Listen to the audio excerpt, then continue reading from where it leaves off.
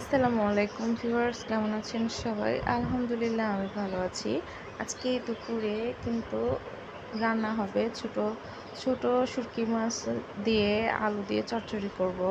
তো আমি কিন্তু এই শুটকি মাছটা খাই না। এই শুটকি মাছ বলতে না, আমি যে কোনো শুটকি আমি খাই না। আমার শুটকি মাছের গন্ধটা ছোটোবেলা থেকেই ভালো লাগে না। আমি ছোটো থেকেই কিন্তু শুটকি মাছ খাই না।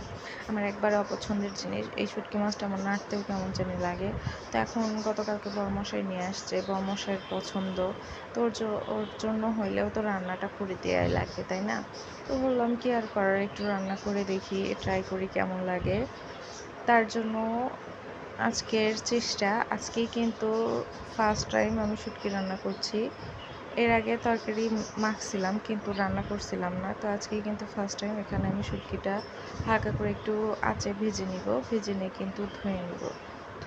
ধুয়ে নিব। ধুয়ে নেওয়ার পরে এই যে দেখুন, আমি এখানে চচ্চড়িটা মেখে নিয়েছি। তো এখন বরমশাই খেয়ে কিন্তু তার রিভিউ দিবে। তো আল্লাহ হাফেজ, আজকে এই পর্যন্তই।